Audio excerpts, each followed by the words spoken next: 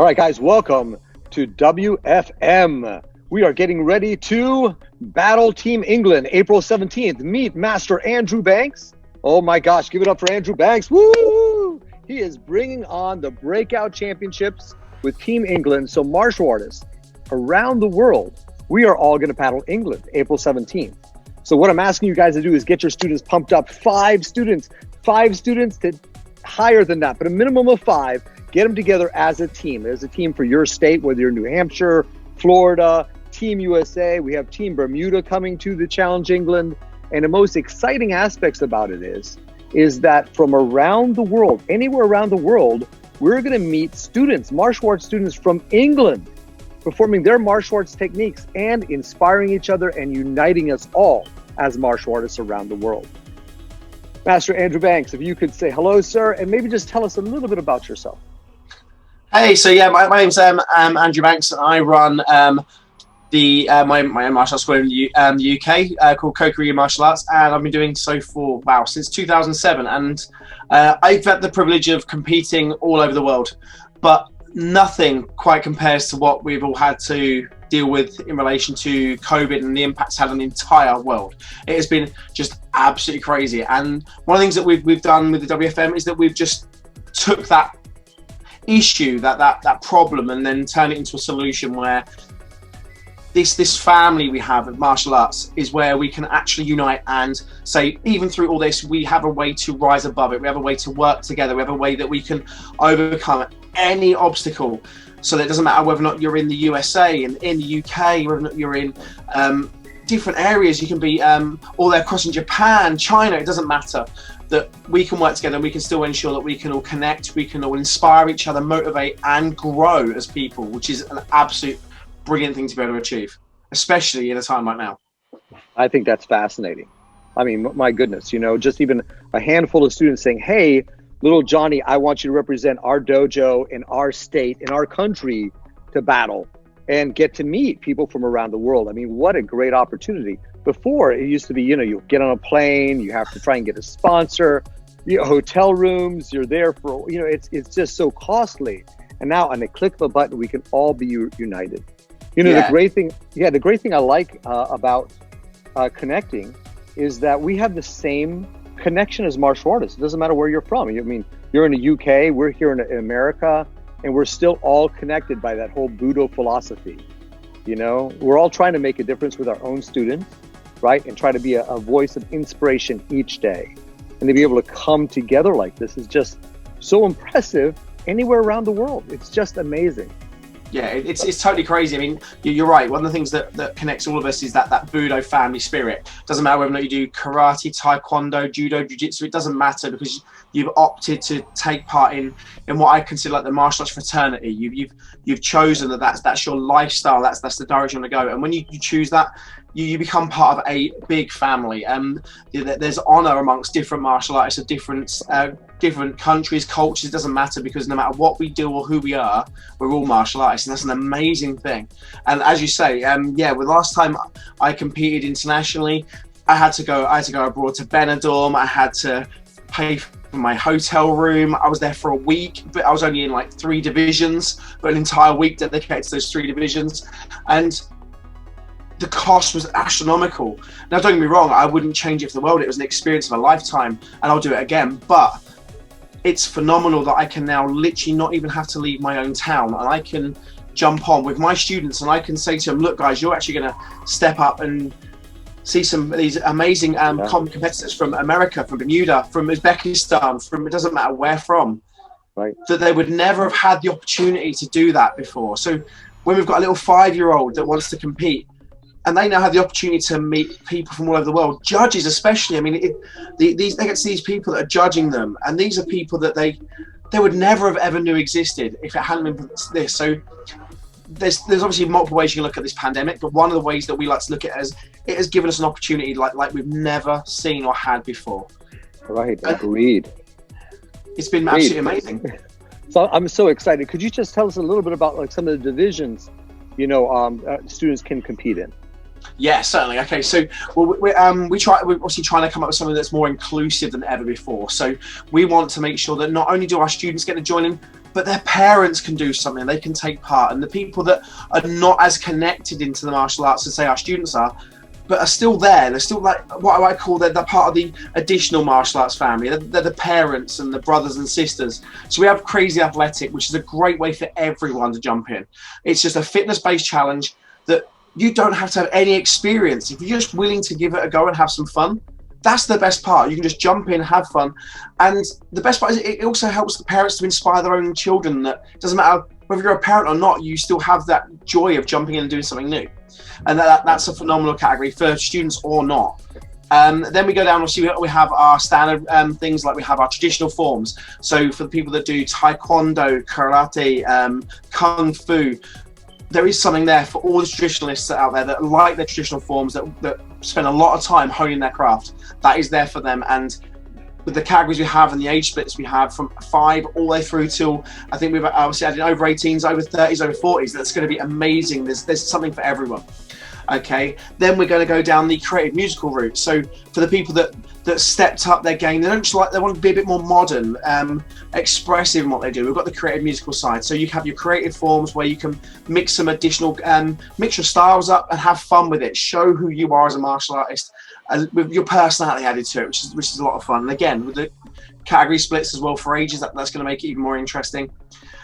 We also have extreme. So for those that have the room and those that like to throw themselves around is the best way to describe it, where you have a true blend of flips, tricks, and martial arts. We have our extreme divisions, which means that if you can do the backflips, you can do corks, you can do 720 spinning hook kicks, that is for you. That is where you get to show off your true martial arts skill and your energy, okay, that vibrance that really gets people, gives them that wow factor. Those divisions are for you as well.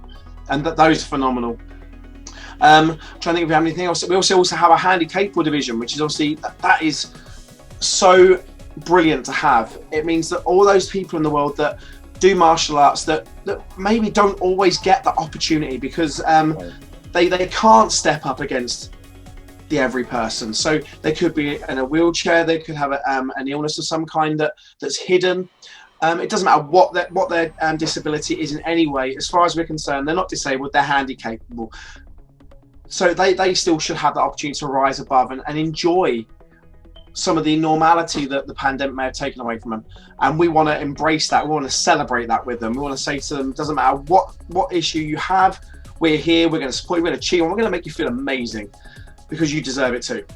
Well, I love that. And that's what I love about what we do, especially here together as the WFM side of things, is because we're so inclusive. We want everybody to have that type of experience, feel good, find the next level of themselves, and have that whole attitude that, hey, if I do my best, I can get to that next level, what my capabilities are. So I'm so excited for that division. I know we have some military personnel here in America who had seen action and they're missing an arm or they're missing a leg, and they're still practicing their martial arts, they're still doing their techniques, and they still want to be out there doing their best to have everybody notice that they're still being honorable, giving it their all. And I'm so proud to have them on our team. So what a great thing. Totally. Yeah, and the fitness divisions, what an amazing idea, right? Because the mom, the dad, I know we had a lot of dads last time that showed up, because, oh, son, you're supposed to do a push-up like this. And I was like, wow, sir, you can do that many push-ups, you need to be on our team. And we ended up having a whole bunch of parents that don't even take lessons saying, well, sir, I'm going to represent your dojo in the fitness division because I can do that for you. And I was so happy because it makes the community so much stronger.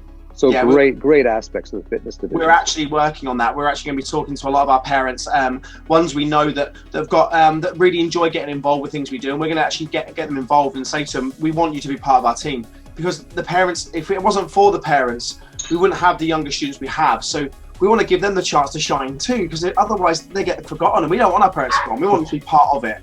They definitely deserve to jump up and have fun with us. Agreed. And then you said something about the creative division, which I thought was outstanding. For our team specifically here, they're learning a routine to God Bless America, because people are just starting to get their shots. We're trying to get people very community oriented, get excited about being part of our country.